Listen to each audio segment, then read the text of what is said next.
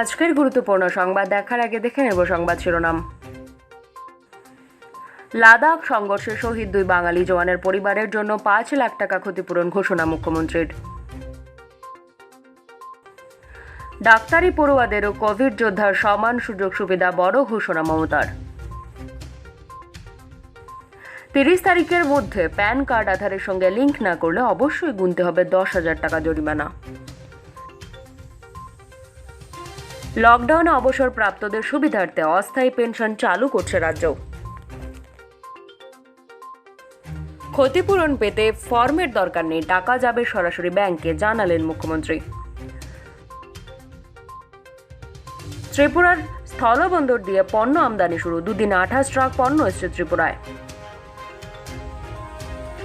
বঙ্গোপসাগরে নিম্নচাপ তৈরির সম্ভাবনা, আগামী 5 দিনে প্রবল বৃষ্টি রাজ্য জুড়ে। আপডেটস পেতে সাবস্ক্রাইব করুন এই ফেরিওয়ালা চ্যানেলটিকে এবং সবার আগে নোটিফিকেশন পেতে প্রেস করুন পাশে দেওয়া বেল আইকনটিতে। সোমবার লাদাখ সীমান্তে ভারত চীন সংঘর্ষে 20 জন ভারতীয় শহীদের তালিকায় ছিলেন বাংলার 2 সেনাও। এর মধ্যে মৃত জওয়ান রাজেশ ওরাংয়ের বাড়ি বীরভূমের বেলগড়িয়ায়, অন্য আরেকজন মৃত জওয়ান বিপুল রায়ের বাড়ি আলিপুরদুয়ারের বৃদ্ধিপাড়ায়। এদের নিহত এই 2 সেনার পরিবারের এক সদস্যকে সরকারি চাকরি সহ পরিবার পিছু 5 লক্ষ টাকা করে দেওয়া হবে বলে জানান পশ্চিমবঙ্গের মুখ্যমন্ত্রী মমতা বন্দ্যোপাধ্যায়। এদিন মুখ্যমন্ত্রী মমতা বন্দ্যোপাধ্যায় একটি টুইট বার্তায় জানান, গলওয়ান উপত্যকায় বীর শহীদদের পরিবারের প্রতি আমার আন্তরিক সমবেদনা রইল। বাংলার 2 জওয়ানের মৃত্যুতে আমি গভীরভাবে শোকাহত। ক্ষতিপূরণ ঘোষণার পর তিনি আরও বলেন, যদিও শহীদদের পরিবারের এই সর্বোচ্চ ত্যাগের ক্ষতিপূরণ কিছুই হতে পারে না। এদিকে লাদাখ সীমান্তের গলওয়ান উপত্যকায় চীন ভারত সংঘর্ষের জেরে সারা দেশ জুড়ে উত্তেজনার আবহাওয়া। প্রায় 45 বছর পর ভারত চীন সীমান্তে সংঘর্ষ এমন ভয়াবহ আকার ধারণ করেছে।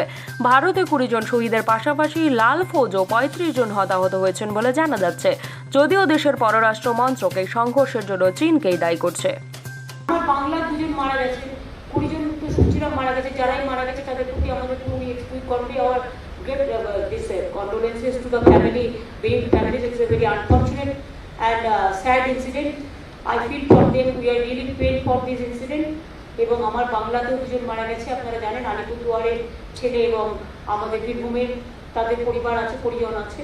আমরা খুবই শোকাহত এবং তাদের পরিবারকে সান্ত্বনা দেওয়ার ভাষা আমার নেই। বা দেশের জন্য লড়াই করতে গেলে তো লড়তে হবে এবং সেই লড়াই আমরা এটুকু করতে পারি। আমরা সবটা হয়তো না করতে পারলেও আমরা ঠিক করেছি, আমরা আমাদের সরকারের পক্ষ থেকে কিছু পরিবারকেই আমরা 5 লক্ষ টাকা করে এবং একটি করে সরকারি চাকরি দেবো।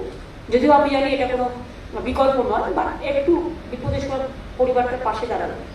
তারা যদি আরো কিছু সাহায্য চায় দেখব। করোনার বিরুদ্ধে প্রথম সারিতে দাঁড়িয়ে লড়াই করছেন চিকিৎসকেরা। এবার ডাক্তারি পড়ুয়াদেরও আনা হবে সেই ময়দানে। তাদের কথা ভেবেই বড় সড়ো ঘোষণা করলেন মুখ্যমন্ত্রী মমতা বন্দ্যোপাধ্যায়।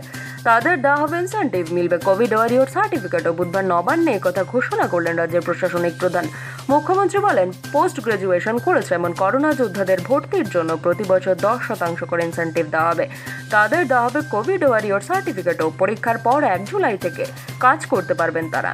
ইন্টার্ন হিসাবে যারা কাজ করছেন তাদের 3 বছরের বন্ড থাকে। করোনা যোদ্ধা হিসেবে তারা যতদিন কাজ করবেন তাদের সেই সময়সীমা বন্ড থেকে বাদ দেওয়া হবে। হাউস স্টাফদেরও বিভিন্ন কাজে ব্যবহার করা হবে। 4th বর্ষের আন্ডার গ্রাজুয়েটদেরও কোভিড ট্রেনি হিসাবে ব্যবহার করা হবে। তবে যাতে পড়াশোনাতে সমস্যা না হয় সেই রোটেশন ভিত্তিতে তারা কাজ করতে পারবেন। নন ক্লিনিক্যাল ডাক্তার ও সিনিয়র রেসিডেন্টদেরও পরিকল্পিতভাবে কাজে লাগানো হবে। হেলথে কাজ করছেন, পুলিশে কাজ করছেন, মিউনিসিপ্যালিটিতে কাজ করছেন, আশায় কাজ করছেন, এরকম বিভিন্ন যারা কাজ করছেন, ডাক্তার হোক, নার্স হোক, হেলথ ওয়ার্কার হোক, সব পেস্টার হোক, যেই হোক, তারা তো একটা ডেডিকেশন নিয়ে কাজ করছে। তাদের সার্ভিসটাকে আমাদের ডেডিকেটেড সার্ভিস হিসেবেই দেখতে হবে। এবং এক্ষেত্রে কোভিড এরিয়াটা এখন একটা ডিফিকাল্ট এরিয়া হয়ে গেছে, তাই তো? আমি প্লেন এরিয়াতে যখন হাঁটি, আমি যে কিলোমিটারটা কাউন্ট করি, আমি যখন পাহাড়ে হাঁটি অনেক হিল টপকে তখন কিন্তু সেম কিলোমিটার কাউন্ট হয় না। ওটাকে বলা হয় ইনটু ডিফিকাল্টিস। আমি ডিফিকাল্ট এরিয়া কাউন্ট করছি। প্লেন এরিয়ায় হাঁটলে আমার যে ক্যালোরি লস হবে, ডিফিকাল্ট এরিয়ায় হাঁটলে ক্যালোরি অনেক বেশি লস হবে, এটা মাথায় রাখতে। সেই জন্য আমরা যেটা ঠিক করেছি যে আমরা যারা এই কোভিড এরিয়াতে কাজ করছি তাদের আমরা ডিফিকাল্ট এরিয়া হিসেবে আমাদের যে অন্য সিস্টেমে আছে সেই ডিফিকাল্ট এরিয়া সিস্টেম হিসেবে তাদের আমরা কনসিডার করব। কোভিড ওয়ারিয়ার যারা বিশেষ করে পোস্ট গ্রাজুয়েশন করছে তাদের ক্ষেত্রে তারা যদি কোভিড এরিয়ার জন্য ডেডিকেটেডলি কাজ করে আমরা রিকোয়েস্ট করব করতে হেল্প করার জন্য তাদের আমরা একটা ইনসেন্টিভ দেবো 10% করে পিজিটিতে যারা আছে, তাই তো রাজনীতি পিজিটি পর্যন্ত অ্যাডমিশনের ক্ষেত্রে পিজিটির ক্ষেত্রে 10 যদি 3 বছর কাজ করে তাহলে 10% 30% সেই ইনসেন্টিভ পাবে নাম্বারে এক্সট্রা। যদি 1 বছর করে 10% পাবে, 1 বছরের কিছু কম, 1 মাস কমলেও 10% সে পাবে। হাউসটা সিনিয়র রেসিডেন্টদের আমরা কাজে লাগাবো। হাউস স্টাফদের আমরা স্ট্রেংথ ইনক্রিজ করবার চেষ্টা করছি। আমাদের 1200 পাবো কিন্তু আমরা 1800 করবার চেষ্টা করব। হাউস স্টাফ যারা আছে, রেসিডেন্ট সিনিয়র রেসিডেন্ট যারা আছেন তাদেরও আমরা কাজে লাগাবো। আবার অনেকগুলো সাবজেক্ট আছে যেখানে অনেকে আছেন বিভিন্ন সাবজেক্টের ডাক্তার বা সিনিয়ররা, তারা কোভিডের স্পেশালিস্ট নয় বলে বা তারা অন্য সাবজেক্ট নয়, অ্যানাটমি এইসব টাইপের আছে, তাদেরও কিন্তু আমরা বিভিন্ন কাজে ব্যবহার করব। সেটাও আজকে মিটিংয়ে সিদ্ধান্ত হয়েছে। আমরা ইন্টার্ন যারা আছে এবং বিশেষ করে পড়াশোনা যারা করছেন, হাউস স্টাফ আছেন, পিজি ট্রেনিংয়ে আছেন, এদের আমরা 3টে জিনিস প্যাকেজ করেছি একসাথে। এক হচ্ছে টিচিং, তাদের মানে একাডেমিক ক্যারিয়ার যাতে কোনো রকম প্রবলেম না হয়, তারা যদি ভালো করে পড়াশোনাটা করতে পারে, ট্রেনিংটা নিতে পারে, টিচিং ট্রেনিং এটা করে বাদবাকি টাইমটা তারা উইলিং হলে তারা রোটেশন অনুযায়ী তারা কাজ করবে কোভিড এরিয়াতে। যেহেতু আমাদের এখন অনেক এমার্জেন্সি সিচুয়েশন, তাই আমরা একটা বড় একটা সিস্টেম মেকানিজম তৈরি করলাম। তাতে আমার ছোট ছোট ছেলেমেয়েরা খুব ভালো করে কাজ করতে পারবে, তাদের উৎসাহ বৃদ্ধি হবে এবং আগামী দিন তারা কোভিড ওয়ারিয়ার সার্টিফিকেট পাবে এবং কোভিড ওয়ারিয়ার সার্টিফিকেট হিসেবে তাদের অ্যাডভান্টেজও পাবে। যেমন ধরুন পিজিটি যারা পড়বে বা যারা ওই জয়েন করবে, যেটা 1 জানুয়ারি বললাম, ওটা house staff post graduate training যারা আছে, তারা ধরুন তাদের 29 জুন 30 জুন পরীক্ষা আছে, কিন্তু 1 জুলাই থেকেই আমরা তাদের কাজে লাগিয়ে দেব যাতে তারা সঙ্গে সঙ্গে সার্ভিসে জয়েন করতে পারে। পরীক্ষাও হয়ে গেল, রেজাল্টও পেয়ে গেল, সার্ভিসেও জয়েন করে গেল। এইটা আমরা ওদের একটা অ্যাডভান্টেজ দিচ্ছি। যাতে আরেকটা হচ্ছে যারা ইন্টার্নে বা এইসব ব্যাপারে কাজ করছে, তাদের যে একটা বন্ড থাকে 3 বছরের, সেইটা কিন্তু এই যে কাজটা ওরা করছে এটার সাথে ডিডাক্টেড হবে। মানে ধরুন সে যদি এখন 1 বছর কাজ করে, তার ওই বন্ডের ওটা পিরিয়ডটা 2 বছর হয়ে যাবে, 3 বছর। যদি কেউ 2 বছর করে তার 1 বছর হয়ে যাবে, যদি কেউ 6 মাস করে তার 2.5 বছর হয়ে যাবে। সুতরাং ওই টাইমটা থেকে তার বাদ যায়। সুতরাং এতে তার দুটো জিনিস হচ্ছে, সে একই সাথে মানে বাজারও করতে পারছে, রান্নাও করতে পারছে। মানে রথ দেখা কলা বেচা দুটো কাজ করতে করতে একসাথে আছে। অনেকে প্রফেসরিও করেন, পিএইচডিও করেন, একসাথে দুটো কাজ হয়ে যাচ্ছে। এটা ওদের কাছে একটা মনে হচ্ছে গ্রহণীয় হবে। কিন্তু রোটেশনটাকে ইউজ করে আমরা করবো যাতে তাদের টিচিং এবং ট্রেনিংয়ে কোনো প্রবলেম না হয়। এটা মাথায় রাখতে পারে। পড়াশোনা করতে এসছে, টিচিং ট্রেনিংয়ে যাতে কোনো রকম প্রবলেম না হয় এটা আমাদের দেখতে হবে। এটা আমাদের বিশেষ করে ফার্স্ট প্রায়োরিটি। এবং আন্ডার গ্রাজুয়েট যারা আছে 4th ইয়ার, তাদেরও কাজে লাগাবো। কিভাবে লাগাবো সেটা পরে ঠিক করে নেওয়া হবে। ওটা বড় বললাম তো ম্যাডাম, যারা আন্ডার গ্রাজুয়েট রয়েছে, দেশ জুড়ে চলছে আনলকের প্রথম পর্যায়ে। আর এবারে এই আনলকের মধ্যে বড় সড়ো সিদ্ধান্ত নেওয়া হয়েছে। বলা হয়েছে যে আগামী 30 জুনের মধ্যে প্যান কার্ড গ্রাহকদের অবশ্যই আধার কার্ডের সঙ্গে লিঙ্কের কাজ সেরে ফেলতে হবে। আর সেই সময়সীমার মধ্যে যদি প্যানের সঙ্গে আধার লিঙ্ক করানো না হয় তাহলে গ্রাহকদের 10,000 টাকা পর্যন্ত জরিমানা দিতে হতে পারে। আগেই কেন্দ্রের তরফেই কাজের সময়সীমা বাড়িয়ে জুন মাস করা হয়েছিল, আর এবার এই জুনের মধ্যেই কাজ করা না হলে এবার থেকে গ্রাহকদের পড়তে হবে আর্থিক জরিমানার মুখেও। প্রাথমিকভাবে এই কাজের সময়সীমা ধার্য করা হয়েছিল 31শে মার্চ 2020 পর্যন্ত, কিন্তু লকডাউনের কারণে যাতে সাধারণের কোনো অসুবিধা না হয় সেই কারণে কেন্দ্রীয় অর্থমন্ত্রী নির্মলা সীতারামন জানিয়েছেন বাড়ানো হচ্ছে সময়সীমা।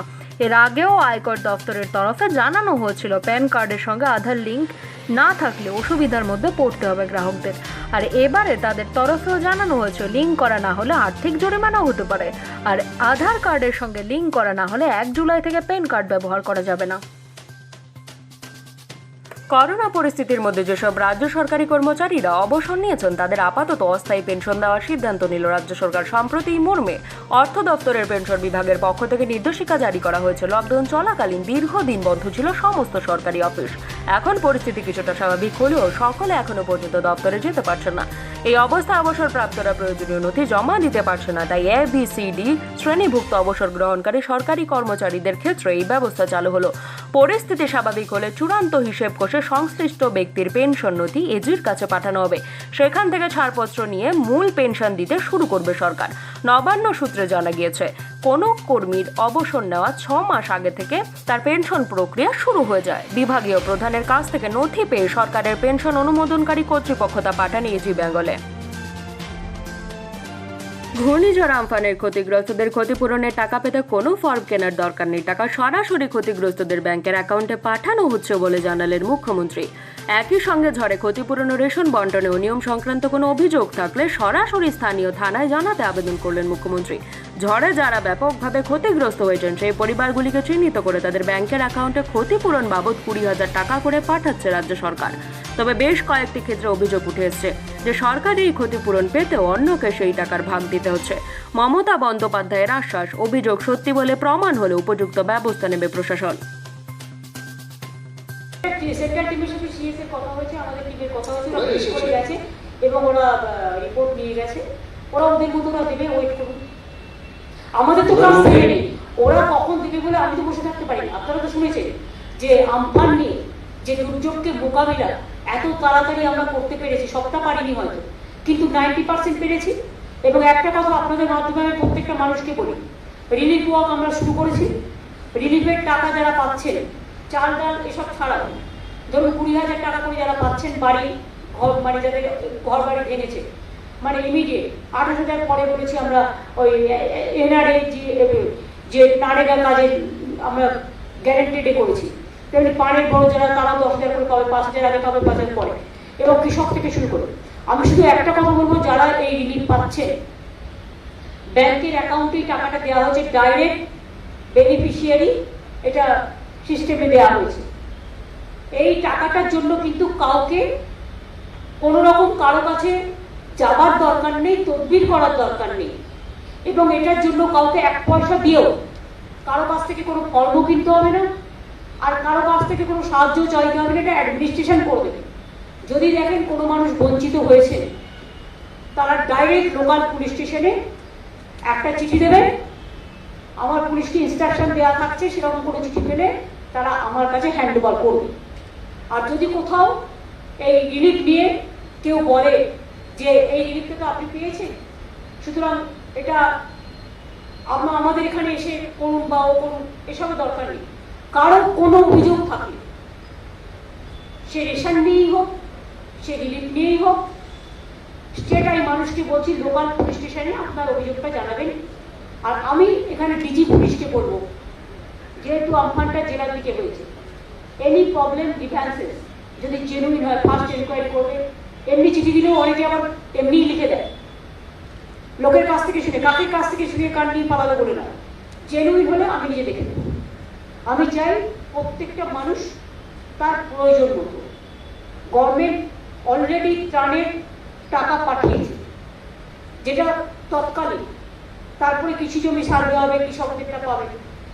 আপাতত যেগুলো যেগুলো পাঠানো হয়েছে ফিশারিজদের, তারপরে হচ্ছে 6,500 কোটি টাকা, 6,500 কোটি টাকা যে রিলিফ পাঠানো হয়েছে অলরেডি, সেটা 80% জায়গায় ইলেকট্রিসিটিও উদ্ধার হয়েছে। সুন্দরবনের কয়েকটা জলা জায়গা আছে, একটু টাইম লাগবে, কারণ জলটা কমে গেলে তবে ওখানে পিলারগুলো নিয়ে যাবে।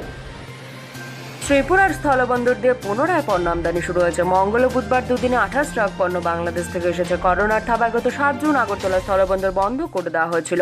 16 জুন থেকে পুনরায় আমদানি শুরু হয়েছে। তাতে ব্যবসায়িক মহলে স্বস্তি দেখা দিয়েছে। গত 28 মে বাংলাদেশে আটকে থাকা ত্রিপুরার নাগরিকরা ফিরেছেন। 106 জন ত্রিপুরার নাগরিকের মধ্যে 10 জনের দেহে করোনা সংক্রমণ পাওয়া গেছিল। তাদের সংস্পর্শে গিয়ে আগরতলা আইসিপিতে 6 জন বিএসএফ এবং 1 জন চিকিৎসক সহ 9 জন করোনা আক্রান্ত হয়েছিলেন। তাতে আইসিপি গত 7 জুন থেকে বন্ধ করে দেওয়া হয়। এরই মধ্যে আইসিপির 242 জনের নমুনা সংগ্রহ করা হয়েছিল। সম্ভবত তাদের সকলের রিপোর্ট নেগেটিভ এসেছে, কারণ গত 12 জুন থেকে যাত্রীদের জন্য আইসিপির দ্বার খুলে দেওয়া হয়েছিল। বাংলাদেশের নাগরিকেরা এখন আইসিপি দিয়ে বাংলাদেশে ফিরে যাচ্ছেন।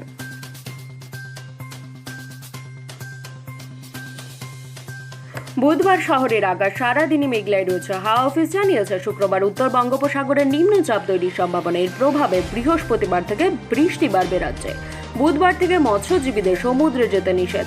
ঝড়ো হাওয়ার কারণে সমুদ্র উত্তাল হওয়ার সম্ভাবনা। উত্তর ও মধ্য বঙ্গোপসাগরের যেতে নিষেধ মৎস্যজীবীদের। আগামী 5 দিন বৃষ্টি রাজ্য জুড়ে। আজ দার্জিলিং, কালিম্পং, আলিপুরদুয়ার, কোচবিহার, জলপাইগুড়ি জেলায় ভারী থেকে অতি ভারী বৃষ্টির পূর্বাভাস। বৃহস্পতিবার অতি ভারী বৃষ্টি হবে আলিপুরদুয়ার, কোচবিহার, জলপাইগুড়ি জেলায়। শুক্রবার অতি ভারী বৃষ্টি দার্জিলিং, জলপাইগুড়ি, কোচবিহারে। উত্তরবঙ্গের বাকি জেলাতে মাঝারি ও কোথাও ভারী বৃষ্টির পূর্বাভাস। দক্ষিণবঙ্গে আগামী রবিবার পর্যন্ত বিক্ষিপ্ত ভারী বৃষ্টির সম্ভাবনা। আগামী 24 ঘন্টায় উত্তর ও দক্ষিণ 24 পরগনা এবং মুর্শিদাবাদে অতি ভারী বৃষ্টি হতে পারে। 2-1 পশলা ভারী বৃষ্টিও হতে পারে।